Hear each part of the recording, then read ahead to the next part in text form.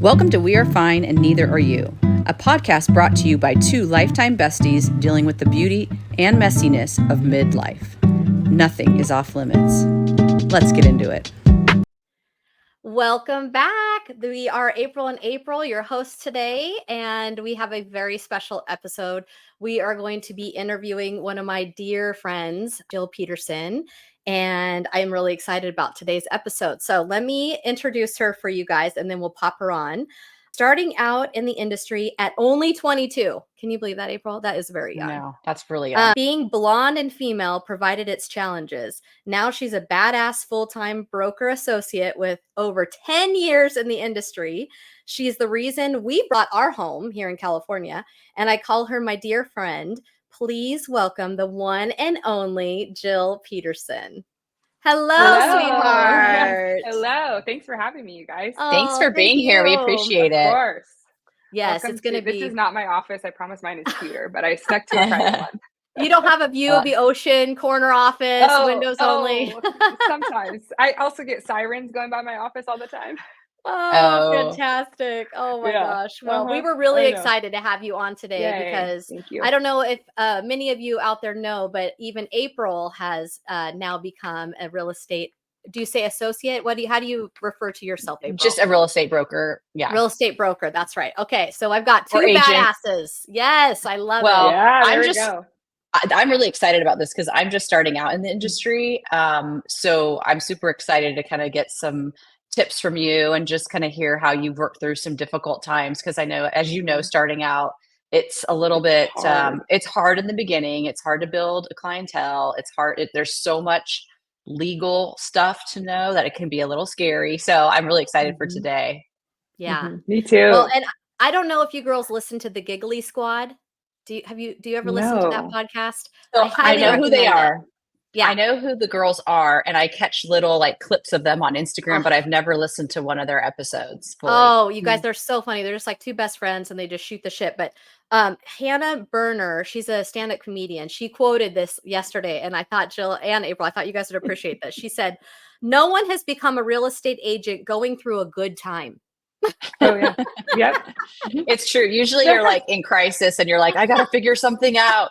I mean, that's certainly when kind of learn the most. Yeah. Right? Yeah. Oh, I know. man. Certainly. Yeah. Our lives were kind of like taking a different turn. And I was like, well, I'm just going to get my real estate license as like a backup, you know? Yeah. Yeah. So, it's always something good to have. Well, going into that, Jill, we'll just start right off with what inspired you to become a realtor at such a young age, 22? I mean, shouldn't you be like dancing on bars and taking body shots? I started that early. So that's what we were doing.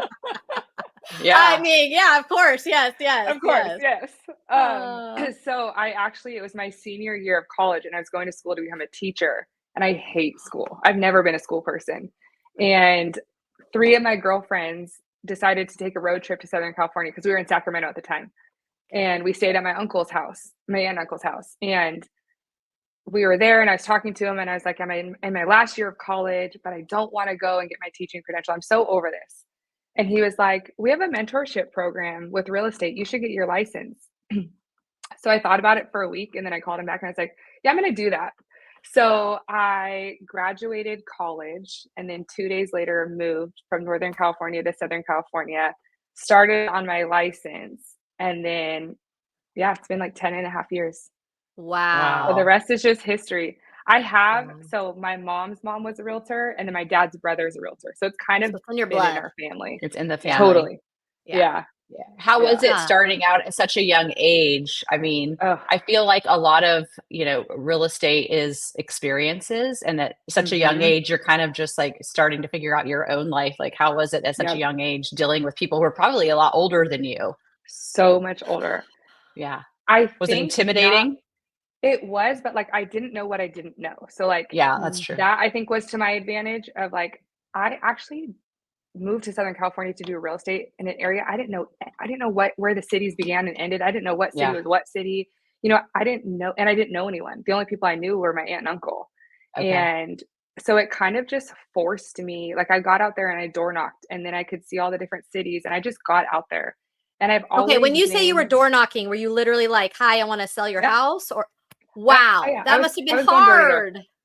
It was, but I also like, I don't know, I've always just been like that. Like, if I'm Right. gonna do something, I'm gonna try to do it, and I'm gonna try to do it well, and I'm gonna give it my all. And now that I look back, I'm like, I can't believe I looked like a child. Like, Yeah. I Yeah. don't know how people wanted to work with me, but They were I like, "Are we started to buying do candy bars from you or yeah, a yeah, house? like, "Are you a Girl Scout? What do you want?" Magazines or" Yeah. Yeah, so and then I just started doing open houses all the time, and that's where I got, like, my first clients. I had one lady Wow. walk in, and you never assume anything, obviously, and she walked in and we just connected. We connected because she went to the church that my aunt and uncle went to. Well, I didn't know her husband had passed away. She had a life insurance policy from him, and my first deal was all cash. It wasn't her, but my I think it was, like, my second or third with her was all cash as well. Wow. Wow. Yeah, That's I great. know. That Now, certainly when you makes Yeah. say things a little all easier. cash, is that like a big deal for real estate agents to have an all cash offer? Like that part, Well, I don't understand as someone that's not yeah. in that industry. You just What does don't that have mean? You to go get through the paid loan quicker? process. Oh, Uh, you can close escrow quicker, but instead of okay. having to have an appraisal done and Yeah. the buyer sign loan docs and have to go through the hoops dealing with a lender, you Mhm. just when we're ready to close escrow, you get wiring instructions and they go to the bank and they can wire all the funds. So you're Right. not Okay, waiting that on makes a loan to sense. be processed. Yeah. Yeah, Right, it's just a because that's cleaner sometimes yeah. it's a cleaner deal, April. So Right. Mhm. you're not some people, they have to get approved. And a lot of times Mhm. people will get Mhm. like a pre-approval letter, but you're not waiting Mhm. on that approval process. It usually can Right. close Yeah. quicker and it's a clean deal. It's a guaranteed deal. Like Easy. Right. so Yeah. for someone who's a seller, you're like, oh yeah, all cash is great. Yeah. Yeah. It Now is great. also in that thought process, does that help like the property value? Because if I'm saying I want to buy a house for $5 million and that's the first time in that neighborhood that it's gone that, but I'm doing it in cash, so it doesn't have to appraise for that. Is that what you guys are saying? Mhm. Like I could essentially just say take my money and then it raises the property value, or does it not work that way? Well, you could. A lot of cash buyers want to get a lower price because 'cause they're cash and they think they can. Oh, So I've had sellers where it's like they have a cash deal, let's just say for simple terms at 500,000, but someone with a loan who's putting 20+% down can offer $50,000 more. At the end of the day, it's all cash to my client, regardless right. if it's a loan.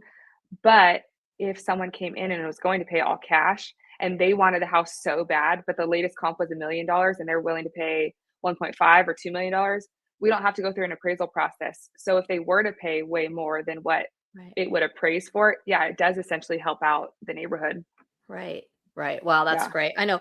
Well, you guys, Yeah. for our listeners, Jill has such a special place in my heart. Not only is she a dear friend of mine, one of my besties, but she has been one of my clients too. She comes in Yeah. for regular facials. Look at her gorgeous skin. Love her. Um, Always it's all April. oh gosh, yeah, right. But she used to come in. I gosh, I mean, years and years ago. I've had you forever, Mhm. and I would always tell her I Mhm. want to buy a house so bad. And in California, it's like ridiculous. I mean, it's winning the Yeah. lottery to buy a house, and she would always tell me it's gonna happen. It's gonna happen.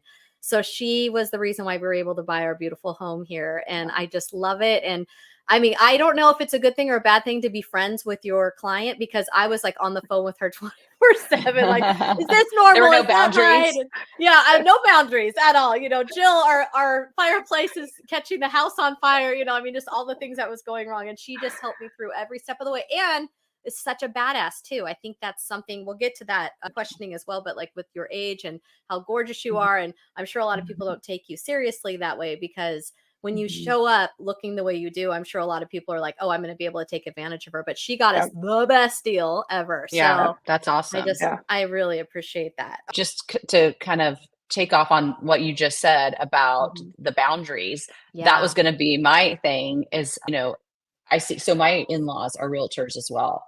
And my Mhm. mother-in-law sometimes has a hard time saying no to clients, or not just saying no, but just setting boundaries and being like, okay, I'm taking Mhm. calls up until like 6 or 7 o'clock every night. Like she'll take calls into the evening and she'll get up early and Mhm. she bends over backwards, which is all great. But I mean, how do you set boundaries with your clients, and how do you like maintain that work life balance? Because I mean, Mhm. essentially being a realtor sometimes can be a 24/7 job. Oh, yeah. So how do you Absolutely. manage that? Yeah. I haven't always been good at it, and it got to a point actually, when I started, I knew, I was like, "Okay, there's going to be a point in my life where I want to be a wife and a mom, and at Mhm. that point, that needs to be my priority. But for right now, I don't need to have balance." That's how I felt Okay. of like, I can Got it. work all the time because I want to establish myself and be referral based, meaning I'm not having to like hustle for the work all the time. Right. And so, really, for the first probably 9.5 years, I didn't set boundaries. And it got to a point where, like, I was making myself sick. Mm. Yeah. And I would work all day and I'd come home and just break down. And I would call my parents, like, I don't know if I need to move. I can't do this. All I do is I wake up, I work out, I go to work, I come home, I go to bed, I wake up, I work out. And it's like boom, boom, boom, boom, boom, Hmm. 7 days a week. And I'm like, if that's what life is, no, I don't want it, you know? And Right. so Right. I had to get to a point of like, okay, what are some practical steps I can take to create boundaries? And so actually used to wear an Apple Watch. I don't wear it anymore because it became too Yeah. overwhelming to just, Just buzz, I buzz, Mm. get buzz all day. oh my gosh, I'd get a call on my phone, it'd go on my watch, I'd get a text, like reminders, all the things, and it would go off too much. And so I Yeah. stopped wearing my Apple Watch probably, gosh, 6 to 8 months ago. And that's been a huge help, which is the Wow. weirdest thing. And then I have my phone set that it goes to do not disturb. I think it's at like 8:30 now. And I still won't answer a client's call probably after 7:30 now. I mean, I'll respond to a text if I feel like it's important, but Hmm. I've had to because I used to Yeah. be like, okay, a client texts me, I need to respond, Right. and I didn't want to lose that business. Or I thought, oh, if I don't respond, I'm going to lose them or they're going to go to someone else. That's not the case. Like, if someone Mm-mm. really likes you, they're going to stick with you. Um, so I felt like, yeah, like in the beginning, I didn't have boundaries. I didn't. I Yeah. just worked all the Yeah. time. And now Yeah. I'm transitioning and I'm like, okay, I'm actually setting boundaries. I feel like I'm living again. Like I just didn't live. Like everything I Right. did was real estate. Yeah. And so I don't know. You just unfortunately, like I had to get to a point where I was just breaking down to establish boundaries. But I think if you're just aware, like you're a mom, right?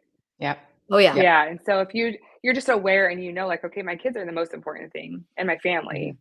then you set good boundaries and you just have to. Right. And it's like if I'm going to lose a client because I didn't call them back at 7:30 or 8, they're probably not the client I want anyways. Mm-hmm. Exactly. Yeah, I Yep. had a Yeah. realtor, we've moved a lot, and I had a realtor who had a message on her phone that said, "Any calls received after 6 p.m. will be returned by the next business day." It was Mm-hmm. just like clean cut, like, if you call me Yeah. Yep. after 6, I'm not responding until the next day, and Yeah. I've Yeah. always thought about that because it really is, now that I'm in the business, I can see how it's really hard to shut off because you are afraid of losing Hmm. business, especially when you're just starting Hmm. out and you're Mm-hmm. hustling and Yeah. you want to do everything for your client. And the next thing they are calling you and like saying, "Why doesn't the Exactly. fireplace work?" And what, it's like, Exactly. Yeah. that's not, Yeah. that's not my problem now. Like, Yeah. Exactly. so yeah, that's good. That's good But I advice. think you kind of train your clients too in a weird way. Mm-hmm. Like if Hmm. if they know the minute I text Jill, she's going to respond right away at any hour, then they're going to keep doing it.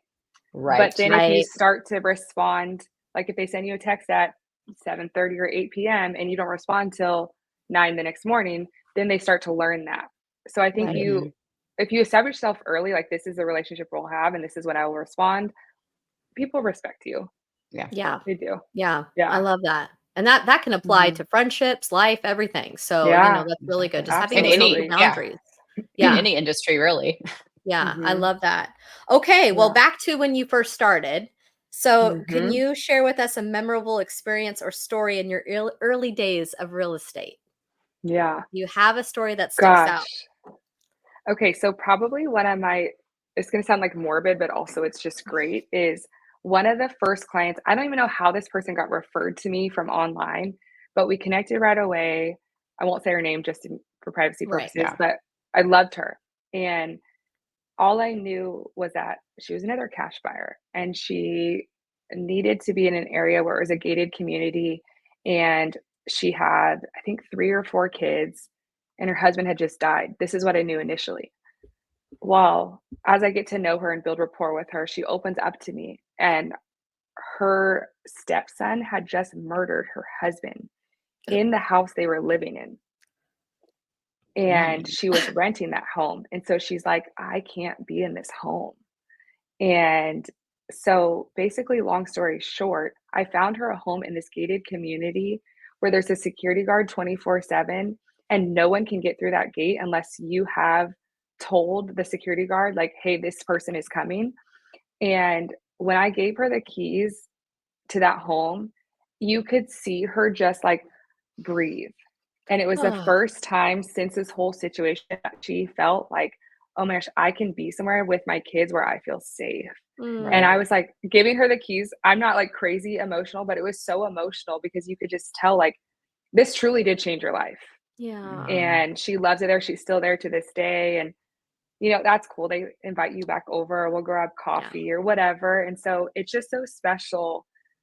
And you don't think about like how much of an impact you truly are having on someone's life. But she's one that like sticks out to me always. I always think about her because I'm like, that is just so, despite the circumstances, to find her a place in a neighborhood, in a home that she loves, where she's safe and her family's safe. That's everything. Because you think about how That's much time wonderful. you spend in your home. I mean, it's Oh most of my our gosh. lives is in our home. And Yeah. if you, Yeah. if home is a safe place and like, I love coming home and just feeling so comfortable and warm, and I have all my things here, and it just brings me so much joy. And to think that you guys could be a part of that person's story and help them purchase probably the biggest purchase of their life. For I mean, it's a sure. big deal. Yeah. And not to have to rent, because that's where I was coming from, is we were renting for 7 years, you guys. We saved for 7 years to finally buy in California. And we just kept having our people sell underneath, like we'd be renting and then they'd want to Which sell. that's a pain too. Oh man, it was so frustrating. But finally I just looked at my husband. I'm like, we cannot do this anymore. Like, I'm sick and tired. I want to paint the walls. I want to put up wallpaper, you know, all the things. That's a good point. I mean, Yeah. sometimes being a realtor as well is coming up with creative ways to make deals happen. So, like with April, you know, she was saying how she'd been renting for so long and she was afraid she couldn't buy. Like, do you have any, what are some of the creative things you've had to do to get deals done? Do you have any stories that you could share with us on that? Yeah. So, I mean, I think the first step always, you know, is to speak with a lender, because sometimes people think that buying a house is so scary, and it is a big deal for sure, but they think it's such a big deal they can't accomplish it. And so I think if you can sit down too with a lender that you trust, they're the ones who can tell you, okay, like this is the amount of money you need saved, or you don't need that. People always think you need 20% down or whatever, but you don't need that much. You can do 3% down, or you can, if VA is 0% down. So people think it's impossible. So I think for me, it's just been like having a conversation with people to let them know, like, hey, one, I'm with you every step of the way. Two, I'm gonna give you people that I trust, like people that I've personally used when purchasing homes, or people that I use all the time in my business.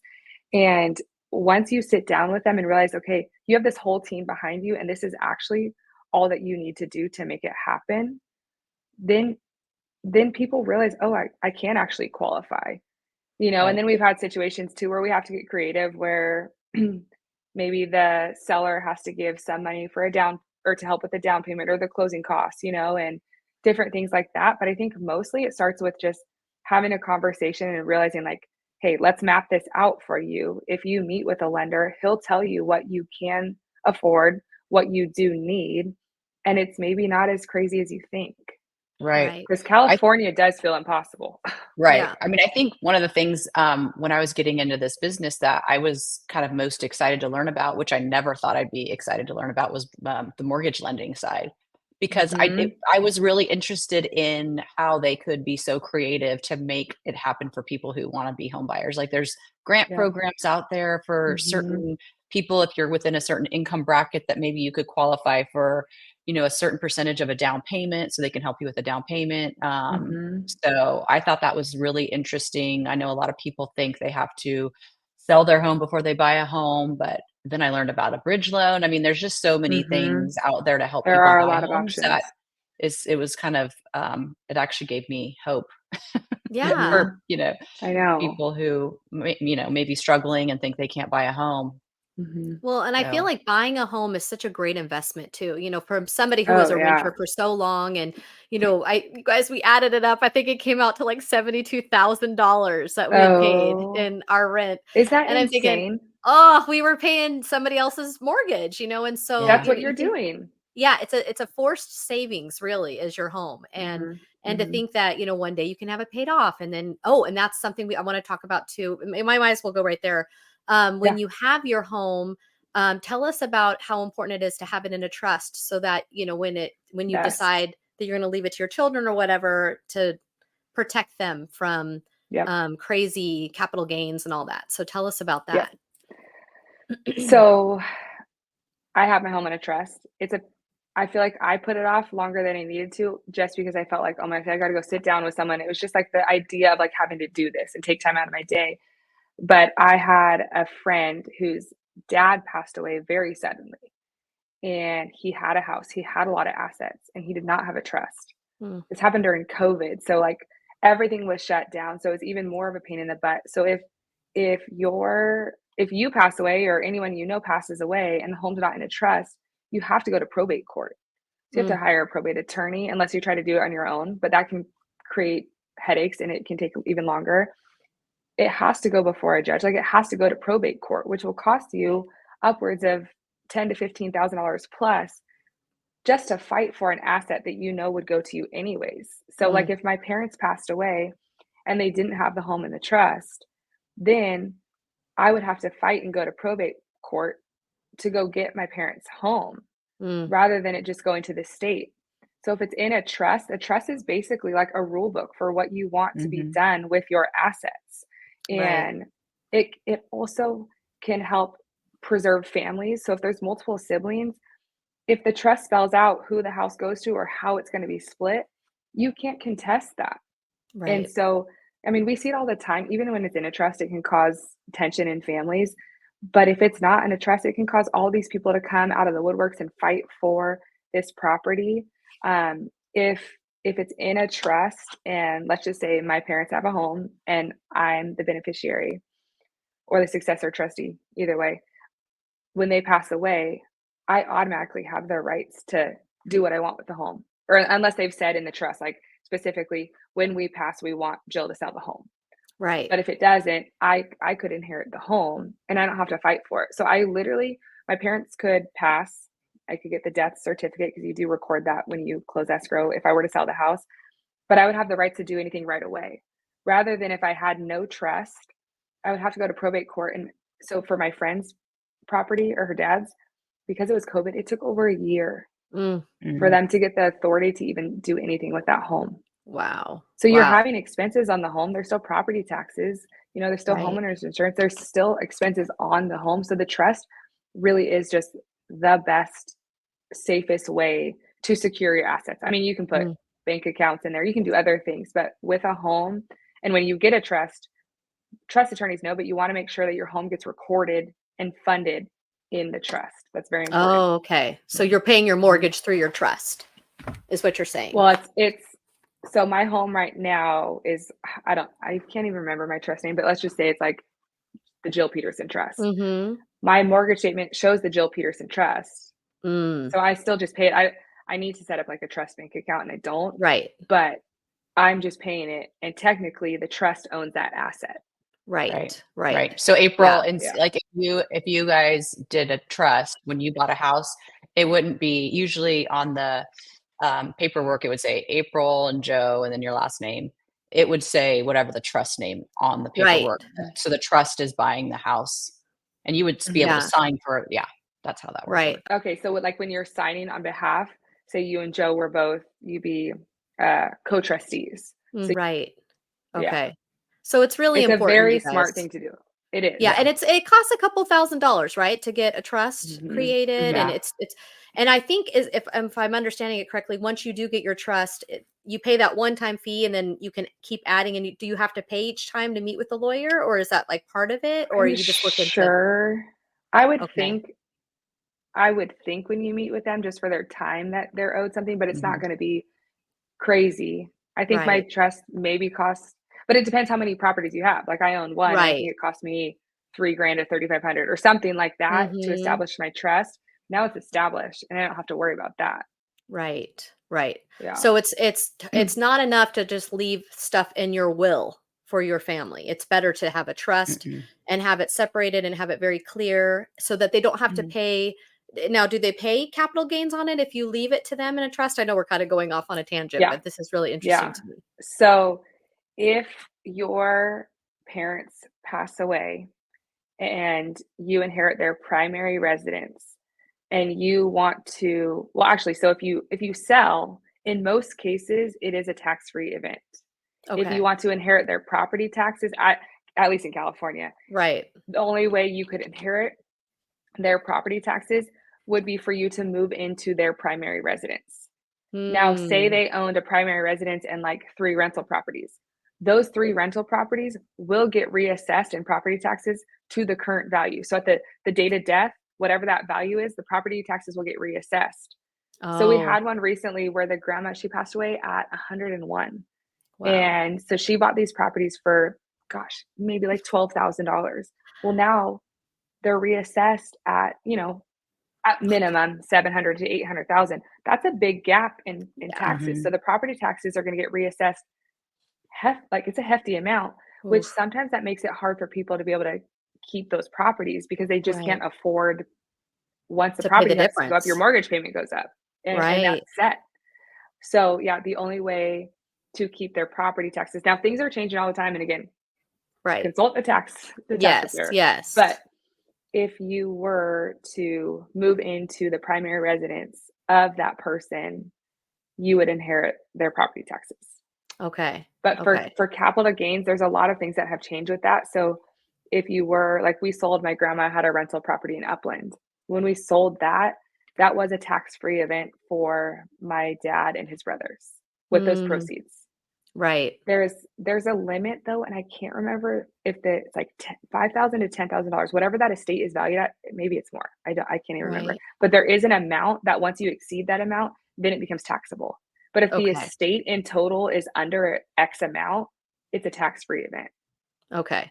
So the Yeah. lesson here is get a trust. If you can own a home, you can afford to do the trust. Just kind of factor that in together. Find a good person locally, somebody that can set that Mhm. up for you. And then I've also Mhm. heard with trusts, you can make it where it's like you have stuff that's together.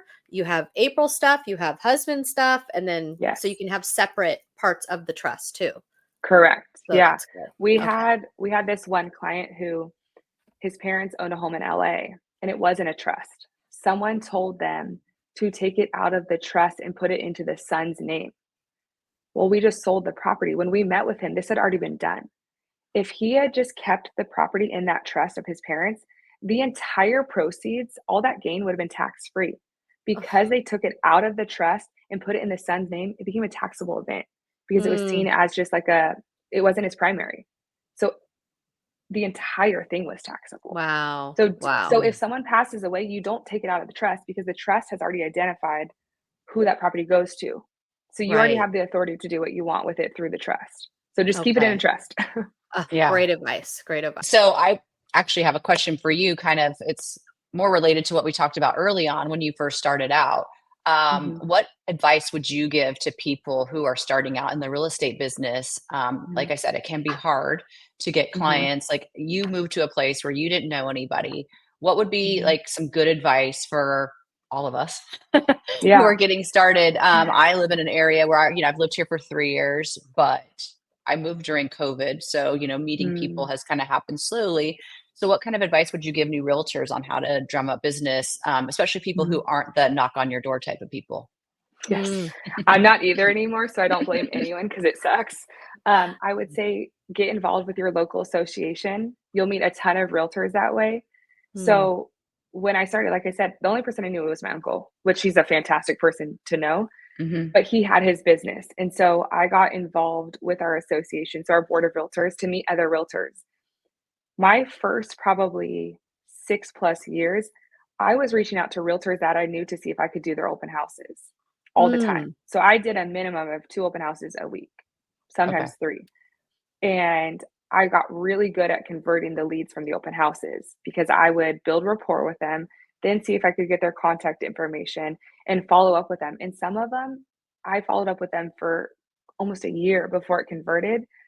But because I had, one, built relationship with realtors who trusted me, I could sit their listings, and then buyers are coming into you. I would get their information, create relationships with them, and that's how I started my business.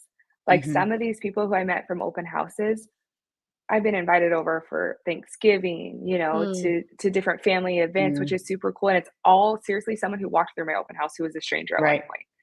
That's Wow. So great. yeah. Yeah. We have the I love opportunity to that. do that here. And I do need to take advantage of that more. Have you Mhm. had any crazy experiences at open houses? I'm a little bit nervous to do open Mhm. houses just because you never know who's going to walk through the door. Do you have any No. crazy stories about open Yes. houses? Okay. So now I don't do open houses by myself.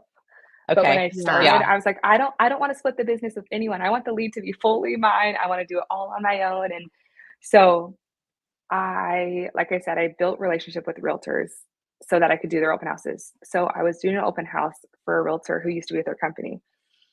And I was by myself. It was in North Laverne. It was a super nice house. I'm like, this price point's great.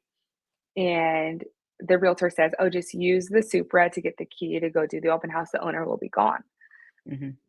So I walk in and it's a 2-story and the owner's still there. And it's this older man. And he looks downstairs and he goes, oh, you're the one doing my open house today. And I said, Ugh. yeah, he asked me to do this open house. I'll just be here from 1 to 4 or whatever. Anything I should know about the house. I was trying to like build a relationship with him too, not for me, but for the other agent in our office. Cause I always wanted to like look good for the other agent too. Right. And so we started chatting it up and then it got weird. And he stayed the entire open house. That open house was so slow. I think I had 2 people come through. I just remember like he had couches that like faced each other. So I'm sitting on one couch and he's on the other one. And he's saying stuff to me like, oh, if no one comes, I want to go skinny dipping in the pool out back. He was like, I want to suck your toes. Oh, He's no. like, oh, it wouldn't stop. And I'm trying to my keep it so God. professional for this other realtor because I don't want him to lose the listing. So each Right. time he says something, I'm like, I'm trying to change the conversation. And Oh, I know myself. I'm nice until I'm not. Like if you cross Right. me the wrong way or I feel like you're violating me, I will become rude yeah. because that's how I'm protecting myself. So I'm Right. like, Yeah. Jill, keep it together. Like, don't lose this listing for him. You only have a couple more hours. You're gonna be okay. But I like swear to you, for 3 hours, it was comment after comment after comment after Oh comment my about my gosh. body, about my looks, about Oh how we want my to put a rock on my gosh. finger, how I wouldn't have to work anymore, like all these things. Wow. And That's so disgusting. it was disgusting. And when you're in it, like you're almost paralyzed a little bit. Like I didn't Mhm. fully get paralyzed, but then I stepped out of the open house and I called my uncle and I was like, hey, this is what just happened. And I was trying to keep it professional because I didn't want this other guy to lose his listing, but this is not okay. And he was like, No. oh my gosh, next time what you need to do is whenever he's talking to you, you just get up and you say, oh my gosh, I had a family emergency. Act like you got a phone call and leave. Yeah. Yeah. And so I called that agent. I said, hey, this is exactly what your seller did. I kept it professional, but the whole time he was saying stuff. Don't let any other woman do this open house because he's a Yeah, creep. because it would only happen to a woman. You know that. That would Right. never Of happen to a course guy. it would. Yeah. And I try not to be like, oh, just because I'm a female, this is what's going to happen. Right. But I have had a couple things and I think I'm a strong individual that can like handle my own. But it was like, why do you think you can talk to me like that? Like, No. no, that's Right. not No. acceptable. This is not professional. I'm here to help Right. get your home sold. Like, Right. Mhm. I don't need a sugar daddy. That's why I'm working. Oh my gosh. That's scary. Wow. Yeah, our firm Yeah. definitely likes us to have a partner when we do open houses, but that's not Mhm. always feasible. They've even Yeah. said like Yeah. bring your brother or your husband or even your kids with you, Someone. like Or a stun to just gun. How about a stun gun? Do you guys yeah. I mean, Well, Something seriously. I actually got my concealed carry license. I smart. don't own a gun. I don't own one, but Yeah. I just did it just because I was like, well, just in case I'm gonna get it. I Yeah. still, like I said, Mhm. I haven't gotten It's one, but I do have a dangerous. stun. I have a stun It gun. I have a is. stun gun. Right, right. Good. And Yeah. I think as You women just too, never we know.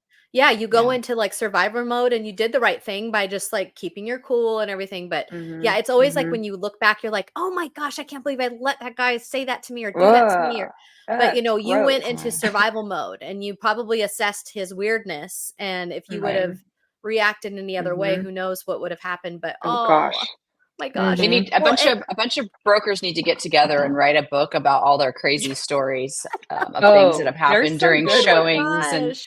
I And why had did you Yeah. even be there as an owner? Like, I thought that's like a big no-no. You Why would you yeah, shouldn't be at have. your own you open should I have. house? think he really was like getting ready to leave. Like he was upstairs Oh my grabbing his And then he gosh. stuff. saw And then he you. saw And then you. he saw me. He peeked downstairs and was like, oh, you're the He's like, one I'm doing gonna the shoot my open house. shot. Yeah. He's like, No. let's try. No. Yeah. Well, No. I told you we moved a lot. I have to tell you the story really quick because it's hilarious. So, one of the homes we went to look at with our realtor, because we were buyers, The parents were out of town, and they're like, oh, our teenage children or like college age children are staying in the house, but they're going to leave when you come to look at it. And it was like this nice house in Miami with like a pool and whatever. We show up, the daughter's in the living room doing yoga, Oh, like doesn't even like stop. Like she's doing yoga. she's And we in were like, downward dog. she really Yeah, was. no It was big seriously. deal.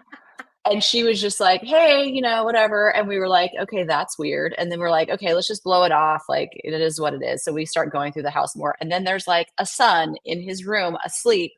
Oh, And his room smells like weed. And oh like gosh. another son in his Had many room, of like those. doing, I mean, I'm just like, we were so embarrassed because we're walking through these people's homes to look at them, and like the kids are still in They bed, like couldn't be probably bothered. hungover from the night before. I'm like, Mhm. they obviously do not want their parents to sell this house because they're like, we're trying to No. sabotage this. Yeah, for real. Oh my I thought you gosh. were going to Jill say and you walked I, in on people in bed. I'm like, Well, that's happened before too. as it. the camera crew's Oh, all yeah. set up. Oh, yeah. I think Mark's had a couple of those where he's like, okay, I'm going to go. Yep. Oh Yeah. Tell me my to be here. gosh, what is wrong with people? I know Jill and I went through a couple that one wouldn't let us go into certain rooms. I'm like, I'm Yeah. not buying a house that I can't see in a room. No, thank No, you. But it was no because someone was way. sleeping. But that's Yeah. Oh just my weird. People gosh. are so weird. Okay, well, how People do are you weird. stay motivated in a market like this that's always changing? And when you Yeah. have had a lot of success, how do you keep Yeah. that desire, that hunger going whenever Mhm. you've achieved such greatness? Yeah. I think, well, I know I'm stubborn and I've always been very competitive, but like with myself, and I'm hard on myself. Like I've tried to not Yeah. be as hard on myself, but like if I've reached a certain level, I'm like, okay, I have to at least achieve that again, and so Mm, I want to keep going. I've always been pretty self motivated right. because I know, and this is again, I'm trying to be better at being like balanced because sometimes I feel like if I'm not working, I'm being lazy. And Oh, that's a problem. yeah. And so I think one, because it's always changing, that's kept me motivated because it's not boring. Because you're always having to Mhm. be on your toes and like learn what's new to be on top of your game and to still be knowledgeable. And going back real quick to like when I first started, because I was young and I looked really young, like Right. super baby face, the whole bit. And people did think because I was a blonde young girl, they could pull one over on me. But Yeah. I learned my contracts left and right, and I knew my stuff. So when people would try to like cross me or tell me, no, you need to do it this way, I knew. Mm, And once I don't raise my voice, I don't yell at people. But when I state the facts of what I know, when I yep. need to, like I never want to be the agent who's like, oh, I know more than you. Like Right. I'm gonna pull one over on you. Like you just wait. I'm gonna make you feel dumb. Like I never Mhm. want to be that. But if you No. ever cross me, like I know my contract and I know what the contracts say. And a lot of realtors Mhm. haven't read full contracts. And so that has been one thing that really helped me starting out and starting out so young was like, okay, Yeah. I look young and maybe like I don't know a lot, but when I open my mouth, you're going to know I'm educated and I know what I know. Yeah. And Right. so like that's kept me motivated too because things do change and contracts change. The purchase contracts change probably twice since I've been in business, new forms. And so it keeps me on my toes and that does keep me motivated because like I said, it's Yeah. not boring. It's always something new. Yeah. Yeah. Mhm. And Mhm. as somebody that's worked with you, man, do I appreciate you reading the contract because I'm not going to do that. I don't think a lot of Yeah. Right. people do. They just want to sign the line, and Yeah. you were like, no, I don't like how this is worded, or we need to make sure that this actually. Mhm. Like, this perfect example when we bought this house. The seller had said that their electric gate just needed a new battery or something. It was something Yeah. simple that he was trying to like, oh, it's no big deal. And Jill looked into it and found out that, as a matter of fact, it was actually broken and had him pay for it. Mhm. So, we Yeah. would have never known that. And Yeah. that meant everything to us because they're not cheap. Mhm. Right. Well, They're So, I think, not. yeah, I mhm. think it's very important. Some people think, oh, I can buy a house on my own, or I can sell a Oh, house on my own. I don't need to Mhm. pay realtor fees. Um, Mhm. there was just recently an article that came out. I can't remember. It might have been the Wall Street Journal. I'll have to double check. But it was an article, and it was like, you want to sell your home or you want to buy a home. Here are the 101 things you need to know to do, and it's like lists all the 101. things that your It's realtor crazy. is going to do for you to Yeah. sell your Mhm. home or to help you buy a home, like 101 different things. I mean, people don't realize how valuable Mm-mm. a realtor is to them. Yep. Yeah. They just think it's Yeah. easy and then they make a bunch of money. That's not the case. They're working their butts Mhm. off. I Yeah. have someone in my Mhm. family who's can be kind of like cheap sometimes, and they were like, they don't want to use a realtor because they don't want to pay the fees. And I'm like, you don't understand how much a realtor protects you, how much they Oh know. yeah. Like, you do not know Mm-hmm. what you're talking about. They are so Yeah. Yeah. valuable. Yeah. Or, I mean, the simplest thing too is like we have errors and omissions insurance. So if there were Mhm. a lawsuit, like we have an attorney on staff, we have Right. coverage. But if you go it Yeah. alone, I mean, California is so litigious. Right. So if you're to go it alone, you have no protection Yeah. Mhm. whatsoever. We at Yeah. least have an attorney on staff, and we pay errors and omissions insurance, not because we hope something goes wrong, but in case something does goes wrong, Exactly. we're covered. So that Yeah. alone, I'm like, that's so valuable. Even when I've sold properties, like there's a realtor that represents me Yep. because Mhm. there's protection. Yeah. Exactly. It's just not Yeah. worth the money that you'll save if you try to Mm-mm. sell it on Right. your own. Yeah. So Yeah. quick with that, how are you guys navigating, or how are you talking to your seller clients about the new lawsuits going on about Mm-hmm. paying, buyer agency, and how are you Mm-hmm. navigating that? So April, there's Mm-hmm. been a lawsuit. Some sellers got together and sued the Real Estate Commission, I guess, Right. Mm-hmm. because they were accusing of price fixing, and Yeah. it's always, but commissions have always been negotiable, and it says it in the contract with the client. But certain brokerages set like a minimum, whether it's 3% or 2.5%, based on like the price of the home or whatever. Mm-hmm. So there's been recently a lawsuit where they're taking out, I guess, buyer agency off the MLS. Are you guys? I mean, I think it's the same Yeah. around the Yeah. country. Yeah. Um, It is. and I mean, I think a lot of people will still continue to pay buyer Mm-hmm. agency, but how are you navigating? How are you navigating those conversations? Because it's such a huge Yeah, topic right now in our it industry. is. I love that everyone obviously going to the internet for facts is like Mhm. the worst thing because I loved when Right. this was all going on and they're like, "Oh, yay, realtors aren't going to make as much. We don't have to pay 6% commission, blah blah blah." And like, first of all, commissions have always been negotiable. It's Mhm. always been. And I think who's ruined it for us are realtors who haven't had good conversations with Mm. Mhm. their clients because when we're old school in a lot of ways and I think that in the ways that matter. So like if we're signing a listing contract, we're signing it in person or we've gone over in person and we're sending it electronically because that's what they prefer or because sellers are in different areas. On our listing contract, it states what the total commission is and the amount that we're offering out to the buyer's agent. So like it's not an ambiguous thing. Like it's always been super clear and we tell people Mhm. like we always offer out half of whatever our total commission is. Will we work with people? Of course we will. Mhm. But we bring a lot of value to the table. And so so we do get a ton of referrals. And my uncle and I, since COVID, work together full time. And then we have Fiona on our team as well. And when we would just get listings basically handed to us, we didn't do the best job of explaining everything that we would do. And then we went on this listing appointment in Arcadia and we knew we had the listing and we sat down. It was a trust sale. There was three brothers. And so we just built a relationship with them. But then one of the brothers, and we didn't really talk about exactly what we do and like what our true value is. And so one of the brothers spoke with another realtor and the other realtor is like, no, they're not going to do a good job, whatever. I ran his numbers and he hasn't closed a deal in 3 years. So no wonder he was so Mhm. thirsty for this deal. Yeah. But we don't Right. care. That's fine. We said, you know what? Let's meet together again and we're going to go through our full listing presentation. We went through our full listing presentation of every single thing. And I don't even realize what we do because it's so natural. We just do it Yeah. now. But Mhm. we just let them know our value in everything that we do every single time. I don't care if it's a mobile home or a multi-million dollar home. We do the same thing for our clients. Yep. And so when we sat down with our clients and we told them every single thing that we did, they were mind blown. They were Right. like, "Oh my gosh." And so I think through all of this, realtors, even if the listing is easy to get, need to fully explain their value It's a and good bring point. that to Mhm. the table because people aren't going to pay for people think realtors have the easiest job. You just show a nice house, you get it sold, you get a commission. You get a listing, you take pictures, you put it on a website, you do an open house, you get a buyer, you sell it. There's so much more that's Oh done. yeah. And Oh so I yeah. think if we don't step up to the plate and start fully like explaining our value and what we Mhm. do, that's that's where this issue is. So I think we had no problem getting 5%. That's pretty much the norm here. 5% Right. on our listing when we explained our full value.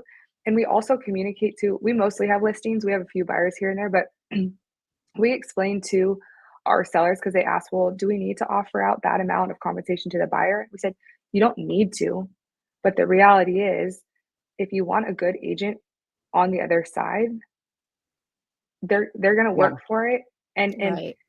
And how it used to be is like you could see all the commissions out. So if someone's offering 1% on this property that looks identical to another agent offering out 2.5%, you better believe all day long you're They're going to get gonna more bring it views to on the the 2.5, right. always. Right. So it's Well, yeah, actually in your they bring best the buyers. interest.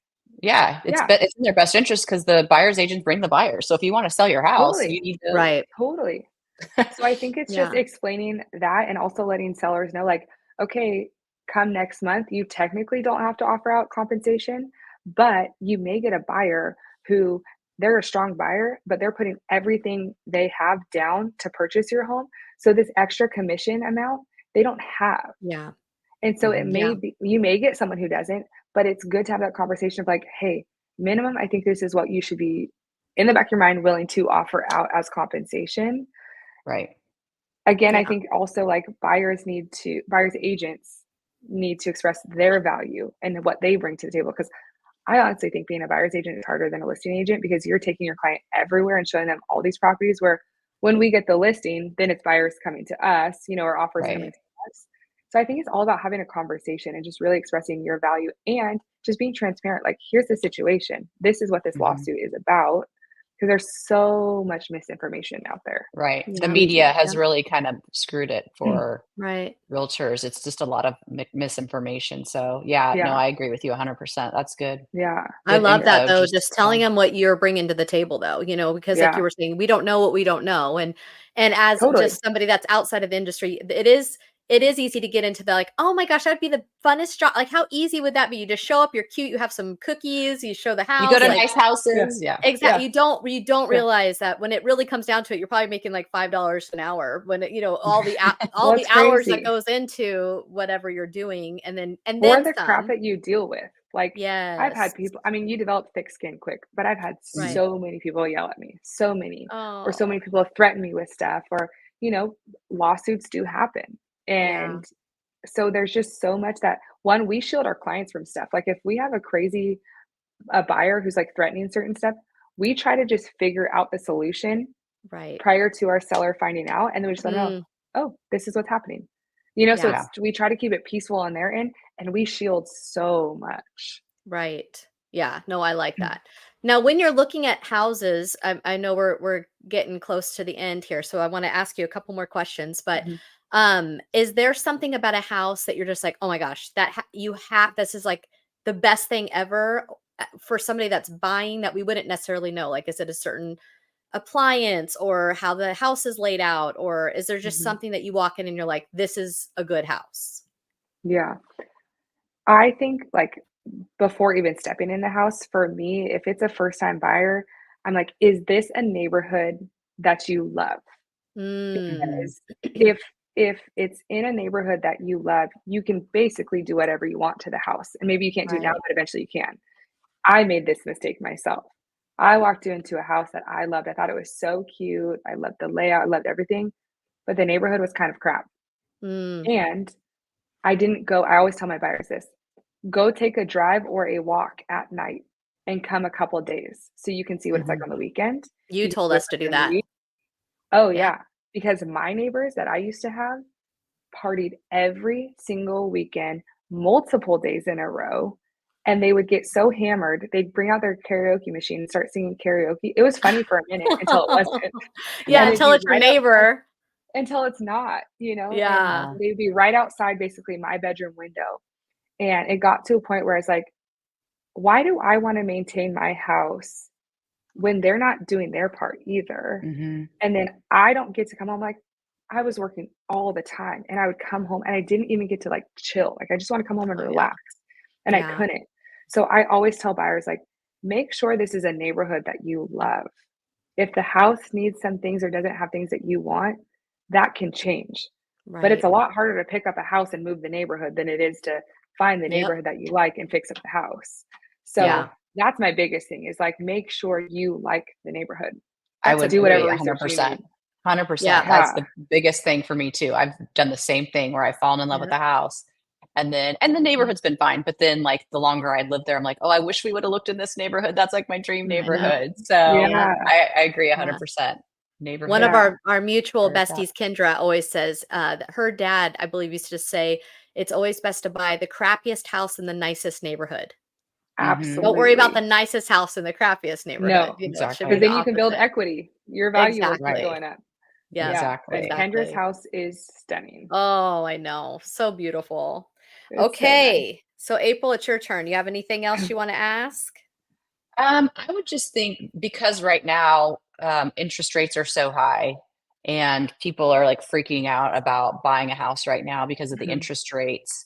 You know, we always learn in real estate that you know, date the rate and marry the house, but how do you Mhm. convince buyers to, h- you know, how do you convince buyers? Like, it's Yeah. expensive. Like California, the home prices Mhm. there are so expensive. Similar here in Mhm. Charlotte, house prices are Mhm. crazy. So you're adding so much to your mortgage with the Yeah. interest rates. So Yeah. what are you saying to your clients right now about that? Yeah. What are you Yeah. seeing? So I mean, we've always said to clients too, like the best time to buy a house is when you can afford it. Ooh, So that's a regardless good of what the comeback. interest rate is, Yeah. because since I've started, there have been people waiting for the market to crash, and it's been 10 and a half Yeah, years. And I'm like, you're oh, right. you can't even like remotely afford the house that you wanted back then because the Right. value Hmm. has, at times it's gone like this, and at times it's like steadily gone up. And Hmm. so I always just make sure, like, I never want my clients to be in a situation where their house payment straps them so much they can't live. Right. And Right. so regardless of what the interest rate is, I'm more concerned about what their payment's going to be. Because if the Hmm. interest rate is high, but we can get you to a payment you can afford, gosh, when interest rates go down, how much better is your payment going to be for you? Right. Mhm. So I kind of do it backwards. I don't focus. I mean, the interest rates are what they are and we can't control them too much. Yeah. So we just had a buyer who was a first time buyer in this area, and we just had her sit down with our lender and say, okay, what's a payment you feel comfortable with? What can you put down? Let's work backwards to find out what price Yeah. point is that. That's a And great I idea. think it, Yeah, great yeah, advice. and just like shift their focus because the interest Hmm. Right. rates we can't control, but what we can try to Yep. control is what your payment's going to be. And Mhm. so that's what we just try to. I always, one of my friends in the industry makes fun of me because I would always like, if I had to deliver news, I would always try to end with, well, the good news is. And so I always try Yeah. to focus on like whatever the good news could be in that situation. So it's like, okay, rates may be at 7%, but the good news is at this purchase price, your payment is still this, and that's something that you can afford. And it gets you into a Right. home. Right. Right. And I also tell people, okay, well, if rates go back down, I even think if rates go into the fives, that so many people who have been on the fence about buying are going to get off the fence and it's become a Mm. Hmm. bidding war because all of these people have been waiting. So personally, I'd rather buy when I can afford it at a rate that Right. may be higher, knowing there's less competition than Exactly. waiting for rates to drop because when rates drop, you're already in your home and now you can refi. Yeah, I mean, it's not like housing prices are gonna go down. I don't see that Right. No, happening. I mean, I Yeah. no. really don't see that happening. So you're right. I mean, Mm-mm. just getting into a house, to your point, and then, you know, when rates go down, refinancing, and then you're in even a better position, and you have all this Mm-hmm. equity in your home, you're building, you know, your house is probably, in most cases, going to go up in price, Mm-hmm. so while Yeah. you're living Mm-hmm. there. So it's yeah, just getting into a house, I think, is super important if that's your Yeah. goal. Jill, do you have any recommendations like for home equity, like accessing your equity? Do you recommend that? Do you say stay away? Yeah, I think I mean, it depends on everyone's situation and their Yeah. scenario, because if I know a lot of people who are investors, so, like, once they've built equity in their home, then they'll pull money out to go buy another property to have Right. rental income, and they just keep going from Right. there. Um, I'm conservative, but I'll take risks, and so for me personally, I'm like, "Okay, I like to build a lot of equity in my home so that one day when I go to sell, I'm gonna have all the equity for, like, a solid down payment on another Right. home." Mhm. But then there's times where you need the money, and Mhm. so I think it's all about, like, finding out what the interest rate is, what makes sense, and then in markets where the interest rates went to, like, 2% during COVID or in the 2s, it made sense for people to refi, pull money out, and then their Right. payments still stayed the same or even went down, and they were able to take equity. Now it's a little bit different because a lot of people who refied during COVID, the rates have gone up or doubled or more than doubled. Right. So if you were to refi to take money out, your interest rate's It's going to go up. It it's just doesn't make crazy. sense. Yeah, Yeah. April. So we have a second home in the mountains here, and we Oh, have a nice. HELOC. We have a HELOC because we took out money because our house was older and we wanted to do work. So the HELOC, April's is the home equity loan, Right. home equity line of credit, and we got it during a time when the rates were really low, so it was no big deal. Like we were like, oh yeah, Right. it's $200 a month for whatever we had taken out to do the work. And now it's a variable rate, April, so it goes up Mm. as the interest rates go up, and so it's at 9% now. Ooh. So Wow. 9%. So we're like, okay, yeah, we're not taking any money out of that, right? So the Right. money we have, the money that we owe on it, we're paying 9% on that loan. Right. So we're just like, yeah, we're paying that off and we're going to get rid of that. But if you took money out right now, you're paying at like the high end. Right. Mhm. Yeah. So Mhm. it might But I not make have heard of sense for some people to pull it out.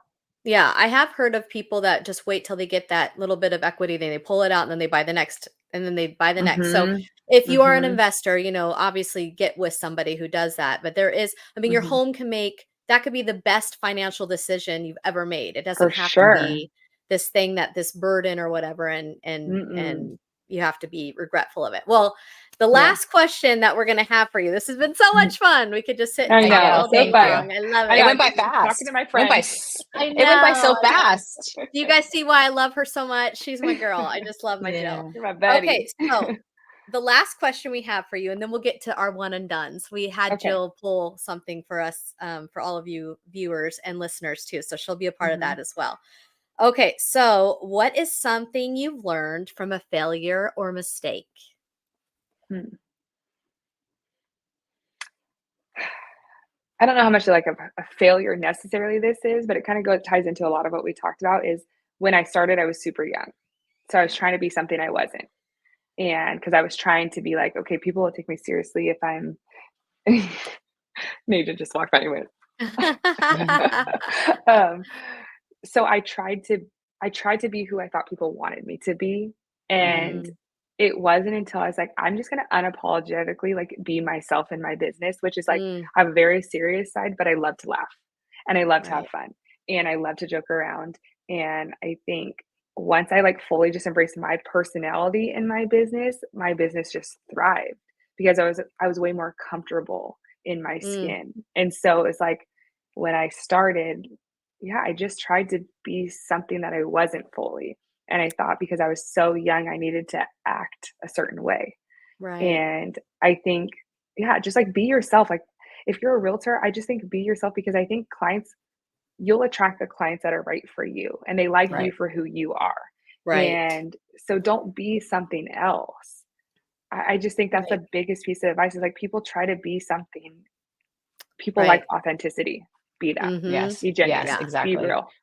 That's great. So That's a Good great, advice. great answer. I think that goes for again, for everybody, for be anything. authentic Hmm. and Yeah. people love that, and they know Yeah. too. I mean, in my little side industry of being in film, I had a mentor once tell me that the camera never lies.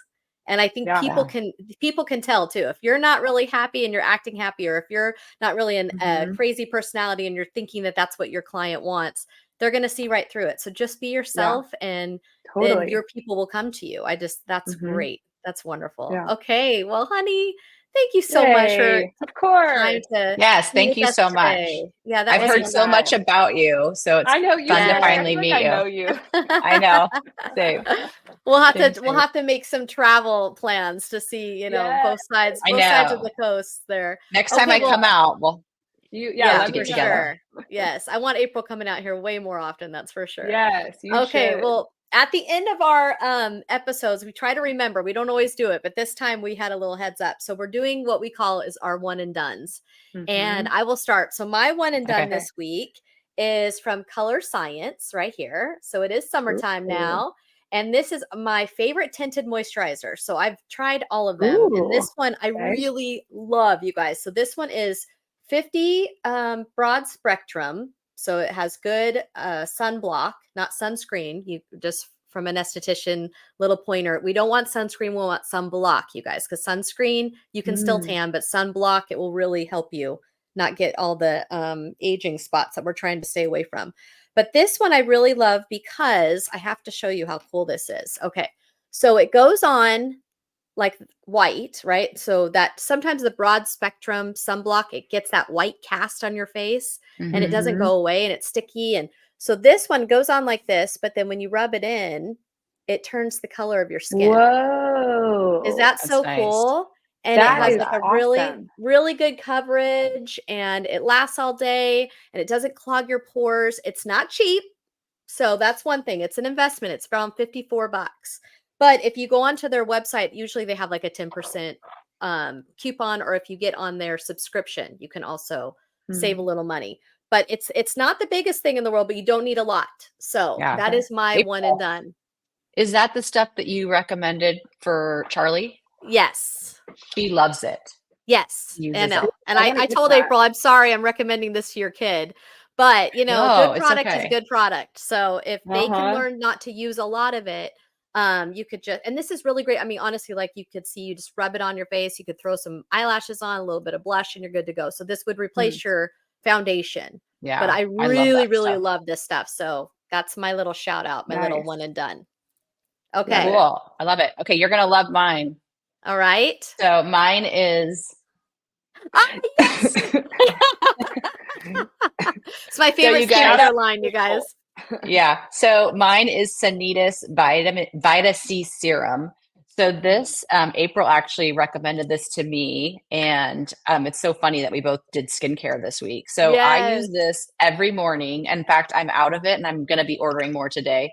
But it's like it's an oil that I put on every morning. So like I'll just wash my face and then put this on, and it just brightens you up right away. I actually use my gua sha with it as well. So I'll use my gua sha stone. There you go. And it's illuminating. You might be able to give more info than I can, but I swear by this stuff. It just really brightens up my face, and I'm kind of dehydrated when I wake up in the morning. I put it on my neck too, because as we age, we start getting like crepey neck.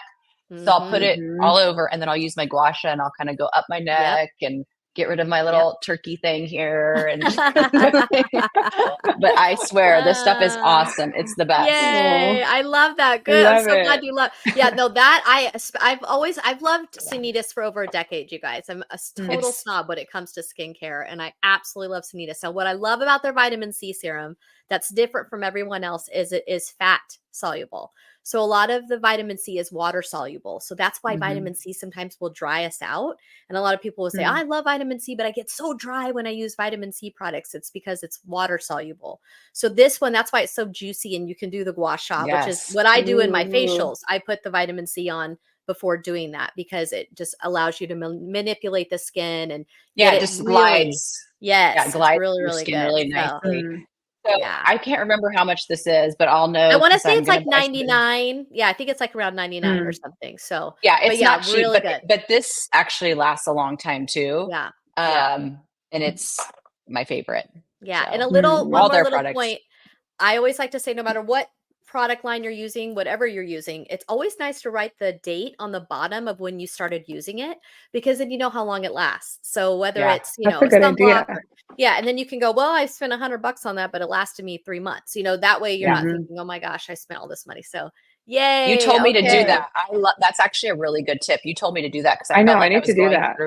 My stuff too fast, but you just don't realize how fast time goes by. And I'm like, oh no, actually that lasted 3 months. That's pretty good. Exactly. So, exactly. Yes. Awesome. And one last thing about Sanitas too is their product, their packaging, you will get every last drop out of it. So you know how some packaging you're having to unscrew it and kind of pound it into your hand and get the last little bit out of it. Usually with Sanitas, they make it to where all of it goes all the way out. And when you unscrew it, there really is nothing left. Right. So you're right. That's true. Cause I've done that before too. The other tip you gave me, which I love, cause I have like a moisturizer, and it's in like a lotion kind of squeeze bottle. Yep. And when you kind of pound it, and when you're at the end and you want to get that last little bit out, well, you taught me to cut the top off and scoop it out, because there's usually some I do that to the sides and stuff. So Yes. anyway, And that's a then you good could tip put too the to cut get. off top part back on. So it, Yeah. it connects it. So yes. Yeah. Good job, you girls you both get A pluses. I'm so proud of you girls. Yay! All because of you. It is. I love it. Okay, my sweet Jill, what is your one and done? Okay. So I love, wait, where's the camera? These Yeah. LMNT packets. Okay. Okay. So I put it in my water every single day. Every day. It's like the IV hydration. Liquid IV. Liquid Yeah, IV. yeah, Liquid yeah. IV. Okay. But that has so much crap in it. I've Like, heard that it's not the oh, best. oh, it's not. This is super clean. I actually found it through a blogger that I used to follow, and then Fiona got them, and she's like, "Oh my gosh, I love them." They're really like Okay. salty at first, but I'm a runner and I work out most Right. days, and so I'll put this in my water. One, it gets me to drink so much more water because it's flavorful. I think there's a box of 30, and it's like $39 a month. Okay. Oh, And I wow. haven't Nice. stopped the subscription. It's just so good. Okay. I like the like orange salt. There's a lemon lime, there's watermelon. Okay. I actually made like a hot chocolate one or chocolate mint. So at nighttime it just relaxes you. But there's sodium, potassium, and magnesium in it. Nice. So good. Nice. Okay. Okay. Yeah. And I'm it's gonna not try full of that. I love sugar. them. Because the liquid No, IVs are full of sugar. I couldn't believe how much sugar I was in think them. the first ingredient in liquid IV is sugar. Right. Like So cane sugar or something, I right? don't like the liquid IV because it's too sweet. I don't Yeah, like this is super not. like This is like overly fresh. sweet drinks. I have to like put just a little bit in, which I don't Right. even think I'm getting the effects from it because I'm not using it all. So I'll have to try Right. that. Okay, good. I So will good. yeah, and we'll link it below too, all of Okay. these things so you guys can find it. But I do know, and April and I were talking about this when we were talking in our menopause episodes, that you need salt. Like salt is not Oh, yeah. our enemy. Of course, everything in Mhm. moderation. But if you don't have enough salt in your water, then your body won't absorb it. You're just going to be peeing all day. Mhm. So this probably Mhm. helps you like actually absorb the water that you are drinking. Mhm. So Yeah. good. I That's still feel like I awesome. pee all day because I drink like a good like 4 of these a Good day. girl. Yeah. Yes. But you But at got least the I feel hydrated. glow. Yes, Yeah, I Got love my it. skin exactly. looking good. Well, honey, this has been such a joy. I love you so much. I And thank love you so much you. for taking time out of your busy day, selling all Yes, those Absolutely. thank million you. dollar properties. You got We it. need to Thank get you. her on there. Yes. Well, you We'll guys, have you thank you back so much. again. Yes, Yes, please yes. We'll do. And let me definitely know do when you're in that. town. I Yes. will. And we'll let you know when Awesome. Good. April sells her first multi-million Yes. dollar property. Heck yeah. That's awesome. It'll be Because we're soon. all I about know that. it. I love it. Fingers Well, you crossed. guys, Okay. everybody, you guys take care. Let's just Take enjoy care, the day. everybody. Yes. Bye. Love you. Bye. Bye-bye. Thank you for listening to We Are Fine and Neither Are You. This podcast is all about spreading joy, knowledge, and laughter. While we strive to provide accurate information, please keep in mind that we're only human and mistakes happen. In addition, we would like to remind our listeners that the opinions expressed throughout this episode are for entertainment and informational purposes only.